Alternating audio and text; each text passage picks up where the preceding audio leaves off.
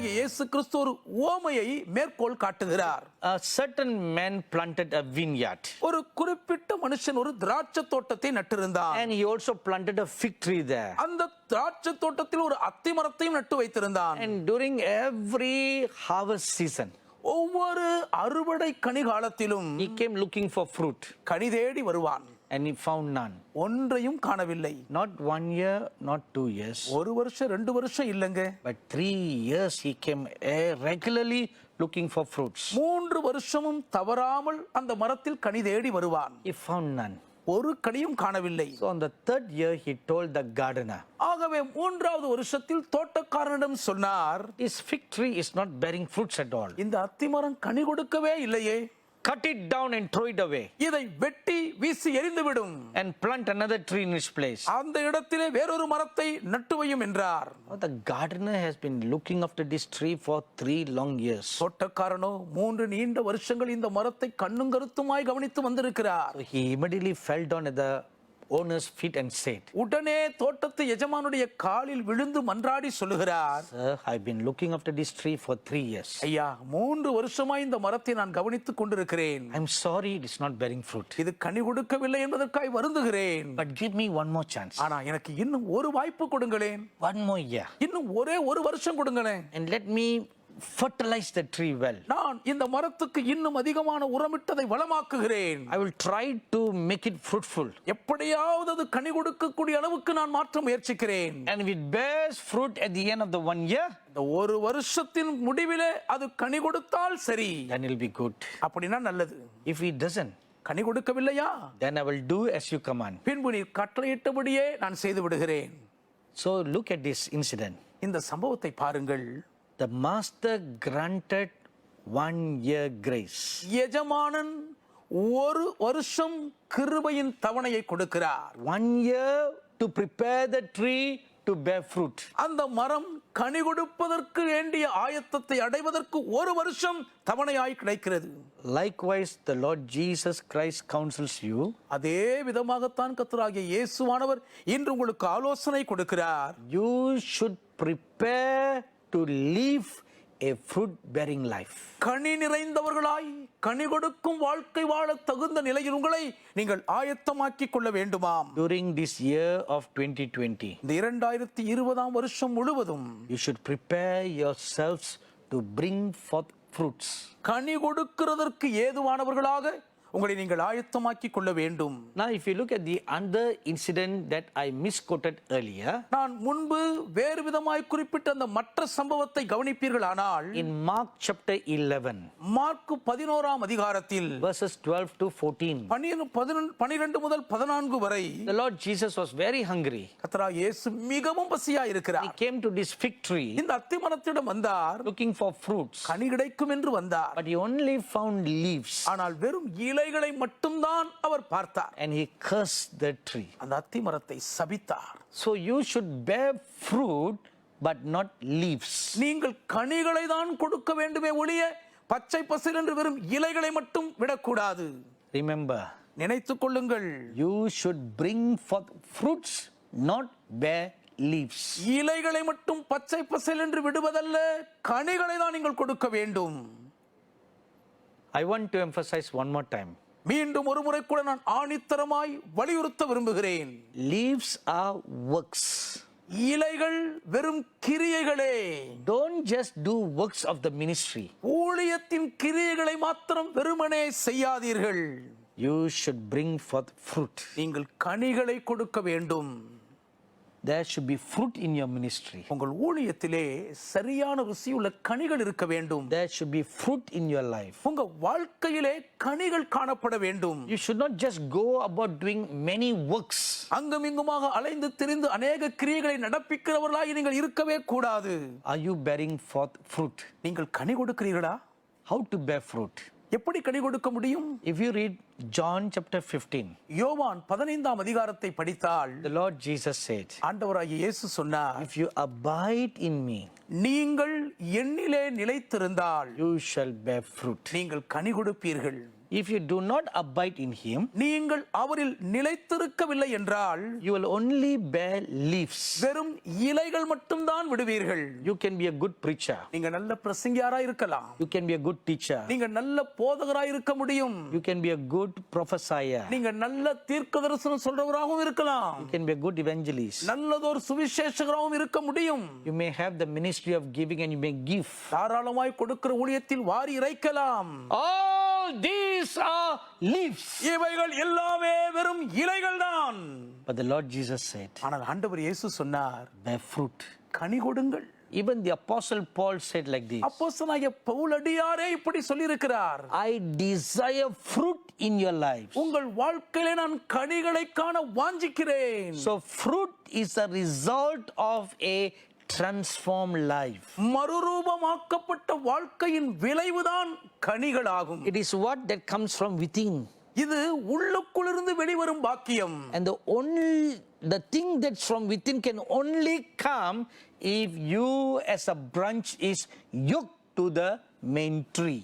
கொடியாயிருக்கிற நீங்கள் தாய் செடியோடு கூட இணைந்திருந்தால் மட்டும்தான் உள்ளுக்குள் இருக்கிற சாரத்தின் நிறைவோடு அந்த கனி வெளிப்பட முடியும். The Lord Jesus tells me right now, ஆண்டவர் இயேசு இப்போதும் என்னிடம் சொல்லுகிறார், there are many branches that are not bringing fruit but only leaves which will be cut off in this year. அநேக கொடிகள் கனிகளே கொடுக்காமல் வெறும் இலைகள் மாத்திரமே நிறைந்திருக்கிறபடியினால் இந்த வருஷத்தில் அவைகள் வெட்டி எறியப்படும் என்கிறார். The Lord has given you time after time opportunity to bring forth fruit. கனி கொடுப்பதற்கு வேண்டிய நிறைவான கால அவகாசத்தின் வாய்ப்புகள் மேல் வாய்ப்புகளை கர்த்தர் இயேசு உங்களுக்கு தாராளமாய் வழங்கி இருக்கிறார். The Holy Spirit is counseling me now. இப்பொழுது பரிசுத்த ஆவியானவர் எனக்கு ஒரு ஆலோசனை சொல்லுகிறார். What is the fruit கனி என்றால் என்ன? that God expects and demands in your life? உங்கள் வாழ்க்கையிலிருந்து என்ன கனியை தேவன் எதிர்பார்த்து வலியுறுத்தி கோருகிறார்? Transform life. மறுரூபமாக்கப்பட்ட சீர் வாழ்வு. The prophet John the Baptist told people who came to him, தன்னை நாடி வந்த ஜனங்களை பார்த்து யோவான் ஸ்நானன் இப்படி சொல்லுகிறார், bring forth fruit worthy of repentance. மனம் திரும்புதலுக்கு ஏற்ற கனிகளை கொடுங்கள். Bring forth fruit worthy of a transformed life. மறுரூபமாக்கப்பட்ட வாழ்க்கைக்கு ஏற்ற கனிகளை கொடுங்கள். If you claim that you are living in Christ, நான் கிறிஸ்துவுக்குள் தான் இருக்கிறேன் என்று நீங்கள் மார்தட்டுவீர்களானால், then where is the fruit? அப்படியானால் அதற்கு கனி எங்கே? The fruit is not the word of your mouth. உங்கள் வாயிலிருந்து புறப்படுகிற வார்த்தைகள் கனிகள் அல்ல. Not just your mouth that boasts saying, I am a Christian. உங்கள் வாயினாலே மேன்மை பாராட்டி நான் ஒரு கிறிஸ்தவன் என்று சொல்லுகிற வார்த்தைகள் அல்ல. Not just your words saying, I am a minister of God. நான் தேவனுடைய ஊழியக்காரன் என்று வார்த்தைகளிலே வாய்ஜாலம் விடுவதில் அல்ல. Not just your words saying, I have a great ministry. எனக்கு ஒரு மிகப்பெரிய ஊழியம் பிரம்மாண்டமாக இருக்கிறது என்று சொல்லுகிற வார்த்தைகளில் அல்ல. Not just your words saying, I have a great fortune and a great wonderful family. ஒரு மிகப்பெரிய அதிர்ஷ்டசாலி அருமையான குடும்பத்தை பெற்ற பாக்கியவான் என்று வெறும் வார்த்தைகளில் ஜாலம் விடுகிறதில் அல்ல. All those are leaves. அவைகள் எல்லாமே வெறும் இலைகளே. The Lord Jesus said, கர்த்தர் இயேசு சொன்னார், bring forth fruits, கனிகளை கொடுங்கள், not leaves. இலைகளை வேண்டாம். This year, 1 year of grace. இந்த வருஷம் கிருபையாய் கிடைத்த ஒரு வருஷத்தின் தவணை. If leaves continue to be found on your tree, ஒருவேளை உங்களுடைய மரத்திலே வெறும் இலைகள் மாத்திரமே தொடருமானால், then that branch will be cut off. அப்பொழுது அந்த கொடி வெட்டி எறியப்படும். Bring forth fruit. கனி கொடுங்கள். There are many false liars in the body of Christ. கிறிஸ்துவின் சரீரத்திலே அநேக கள்ள பொய்யர்கள் மலிந்து விட்டார்கள். Pretenders. நடிப்பு திறன் உள்ளவர்கள். Pretending to be a believer. ஒரு விசுவாசியை போல நடிக்கிற மாயக்காரர்கள். Pretending to serve God. தேவனுக்கு ஊழியம் செய்வது போல பாசாங்கு செய்கிற கூட்டத்தார். You will be cut off in this year. இந்த வருஷத்திலே நீங்கள் வெட்டி எறியப்படுவீர்கள். Unless you bring forth fruit worthy of a transformed life.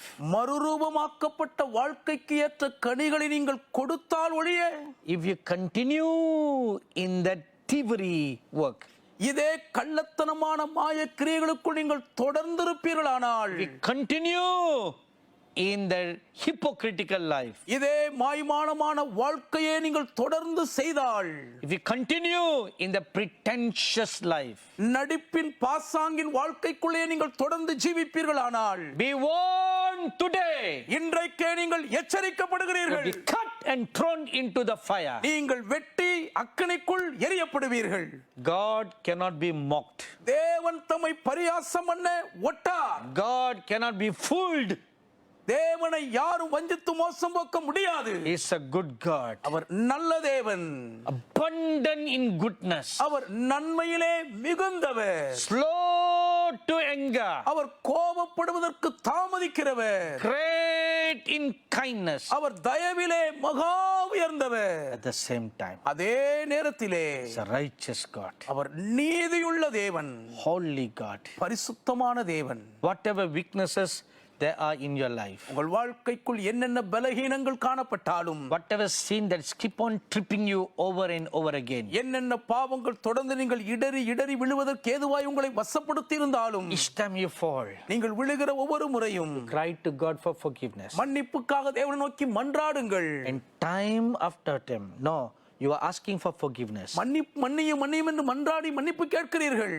Time after time he has been gracious to forgive you, எத்தனையோ முறை கிருபையாய் உங்களை அவர் தொடர்ந்து பல முறை மன்னித்து விட்டார். but in this year he is saying to you, ஆனால் இந்த வருஷத்தில் உங்களுக்கு அவர் சொல்லுகிறார், put that sin to death, அந்த பாவத்தை நீங்கள் தீர்த்து கட்டுங்கள். crucify that flesh, அந்த மாம்சத்தை சிலுவையில் அறைந்து விடுங்கள். mortify those deeds of the flesh in this year. இந்த வருஷத்திலே அந்த மாம்சத்தின் கிரியைகளை அழித்து போடுங்கள். It cannot continue any longer. இனியும் தொடர்ந்து இந்த பாவம் உங்கள் வாழ்க்கையில் நீடிக்க முடியாது.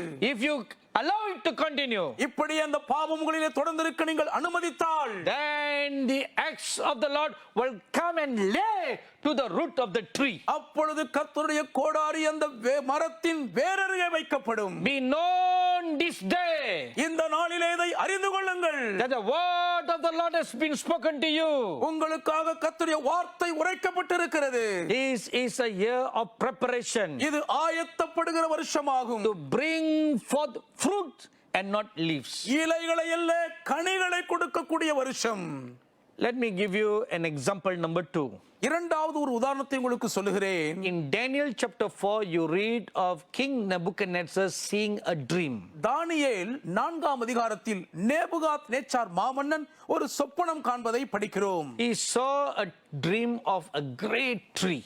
ஒரு மிகப்பெரிய விருட்சத்தை தன் சொப்பனத்தில் பார்க்கிறான். And he saw many birds coming and taking house in the tree. அநேக ஆகாயத்து பறவைகள் வந்து அந்த மரத்திலே அடைக்கலம் அடைகிறதை பார்க்கிறார். And as he's looking at the tree, அந்த மரத்தை அவர் பார்த்து கொண்டிருக்கும் போதே Holy One came from heaven பரலோகத்திலிருந்து ஒரு பரிசுத்தவான் வருகிறார். and cut the tree. அந்த மரத்தை வெட்டி போட்டார். Now he didn't understand the meaning of the dream. அந்த சொப்பனத்தின் அர்த்தம் அவருக்கு புரியவில்லை. And the prophet Daniel came to interpret the dream. அந்த சொப்பனத்துக்கு வியாக்கியானம் பண்ண தானியேல் தீர்க்கதரிசி வந்தார். And the prophet Daniel told him, தானியேல் தீர்க்கதரிசி அவரிடம் சொன்னார், Sir, this is not a good dream. ஐயா, நீர் கண்ட சொப்பனம் நல்ல சொப்பனம் இல்லைங்க. Let this interpretation be to your enemies. இந்த சொப்பனத்தின் அர்த்தம் உங்கள் சத்துருக்கள் மீது வரட்டும். You are that great tree. நீரே அந்த மிகப்பெரிய விருட்சம். You are full of pride. நீர் பெருமை நிறைந்திருக்கிறீர். That's why it's shown as a great tree. ஆகவேதான் அது ஒரு மிகப்பெரிய விருட்சமாக காணப்பட்டது. It is God who prospered you. உம்மை இவ்வளவுக்கு வளமாய் செழிக்க பண்ணின தேவன், It's God who strengthened you to become a mighty warrior to conquer many nations. சுற்றிருக்கும் அநேக தேசங்களை வென்று கைப்பற்றுவதற்கு ஒரு பராக்கிரமசாலியான யுத்த வீரனாய் உம்மை பலப்படுத்தியவர் தேவன்தான். But you forgot that. நீரோ அந்த உண்மையை மறந்து போனீர். And you allowed pride to get into your heart. பெருமை உம்முடைய இருதயத்துக்குள் குடியேற விட்டுவிட்டீர். If you may recall, நீ ஒருவேளை சற்று நினைவு கூர்ந்தால், in Daniel chapter 2, தானியேல் 2ஆம் அதிகாரத்தில் King Nebuchadnezzar saw another dream. நேபுகாத் நேச்சார் வேறொரு சொப்பனம் கண்டான். And prophet Daniel gives the interpretation. தானியேல் தீர்க்கதரிசி சொப்பனத்துக்கான வியாக்கியானத்தை கொடுத்தார். And the king humbled himself and acknowledged that the Lord God of the heavens is the true great God. உடனே அந்த ராஜா தன்னை தாழ்த்தி வானங்களை படைத்த தேவனே உண்மையான தேவன் என்று பிரகடனம் பண்ணிவிட்டான். From chapter 2 to chapter 3, இரண்டாம் அதிகாரத்திலிருந்து மூன்றாம் அதிகாரத்துக்குள் his pride went up. அவருடைய பெருமை தலைக்கேறி விட்டது. And it resulted in him making a big statue of himself. அதன் விளைவாகத்தான் தன்னையே ஒரு மிகப்பெரிய சிலையாக அவன் நிறுவும்படி செய்துவிட்டது. And demanded all the people in 120 provinces under the Babylonian Empire to worship that statue. அது நிமித்தமாக தான் பாபிலோன் சாம்ராஜ்யத்தின் 120 தேசங்களிலும் இருக்கிற சகல ஜனங்களும் தான் நிறுவின அந்த பெரிய சிலைக்கு முன்பாக விழுந்து தன்னை வணங்க வேண்டும் என்று நிர்பந்தித்து கட்டளை போட்டான். And God gave him a space of time to repent. அவன் மனம் திரும்புவதற்கு தேவன் ஒரு குறிப்பிட்ட கால இடைவெளி கொடுத்தார்தான். He did not repent. அவனோ மனம் திரும்பாமல் போய்விட்டான். Now in chapter 4, another warning comes இப்பொழுது 4ஆம் அதிகாரத்தில் மற்றுமோர் எச்சரிக்கை வருகிறது. that you will be cut off. நீர் வெட்டி எரிக்கப்படுவீர். And this is the counsel that the prophet Daniel gave to King Nebuchadnezzar. உடனே தானியேல் தீர்க்கதரிசி நேபுகாத்நேச்சார் மன்னனுக்கு இந்த ஒரு ஆலோசனையை கொடுத்தார். In chapter 4, verse 27. 4ஆம் அதிகாரத்தின் 27ஆம் வசனம். Therefore, O king, let my advice be acceptable to you. Break off your sins by being righteous and your iniquities by showing mercy to the poor. Perhaps there may be a lengthening of your prosperity. ஆகையால் ராஜாவே, நான் சொல்லும் ஆலோசனையை நீர் அங்கீகரித்துக் கொண்டு நீதியை செய்து உமது பாவங்களையும் சிறுமையானவர்களுக்கு இறங்கி உமது அக்கிரமங்களையும் அகற்றிவிடும். அப்பொழுது உம்முடைய வாழ்வு நீடித்திருக்கலாம் என்றான். Did King Nebuchadnezzar pay heed to the word of counsel? இந்த ஆலோசனையின் வார்த்தைக்கு நேபுகாத்நேச்சார் மன்னன் செவி கொடுத்தானா? A prophet's job is to give the word. வார்த்தையை வெளிப்படுத்தி சொல்லுவதுதான் தீர்க்கதரிசியின் கடமை. It is not the prophet's job to make sure whether you keep the word or not. கொடுக்கப்பட்ட ஆலோசனை வார்த்தையை நீங்கள் கைக்கொள்கிறீர்களா இல்லையா என்று உறுதிப்படுத்த வேண்டியது தீர்க்கதரிசியின் பணி அல்ல. Exactly 1 year from the day the word was given. சரியாக அந்த வார்த்தை அவருக்கு கொடுக்கப்பட்ட ஒரு வருஷத்துக்குள்ளே, Exactly on the 365th day, சரியாக அந்த வார்த்தை வெளிப்பட்ட 365ஆம் நாளில் King Nebuchadnezzar was walking in his palace. Nebuchadnezzar மன்னன் தன்னுடைய அரண்மனையின் உப்பருகில் உலாவினான். He saw the greatness of his palace. தன்னுடைய அரண்மனையின் மாட்சியை கண்டான். And with great pomp and great pride he said, மிகுந்த ஆணவத்தின் அந்த அகங்காரத்தின் பெருமையோடு மார்தட்டி சொன்னான், This is my great palace that I have created. இது நான் கட்டின மகா அரண்மனை அல்லவா? As soon as he said those words, அந்த வார்த்தைகளை அவன் தன் வாயினால் சொன்னவுடனே a voice came down from heaven வானத்திலிருந்து ஒரு சத்தம் உண்டாயிற்று. that you are cut off. நீர் வெட்டி முறிக்கப்பட்டீர். Exactly 1 year. சரியாக ஒரு வருஷம் கழித்து He was given 1 year to repent. மனம் திரும்பி வருவதற்கு ஒரு வருஷம் அவகாசம் கொடுக்கப்பட்டது. 1 year to prepare to bring forth fruits of repentance. மனம் திரும்புதலுக்கு ஏற்ற கனிகளை கொடுப்பதற்கு தன்னை ஆயத்தப்படுத்திக் கொள்ள ஒரு வருஷம் அவகாசம் கிடைத்தது. He did not. அவனோ அதை பயன்படுத்திக் கொள்ளவில்லை. And he was cast out. அவன் தள்ளப்பட்டு போனான்.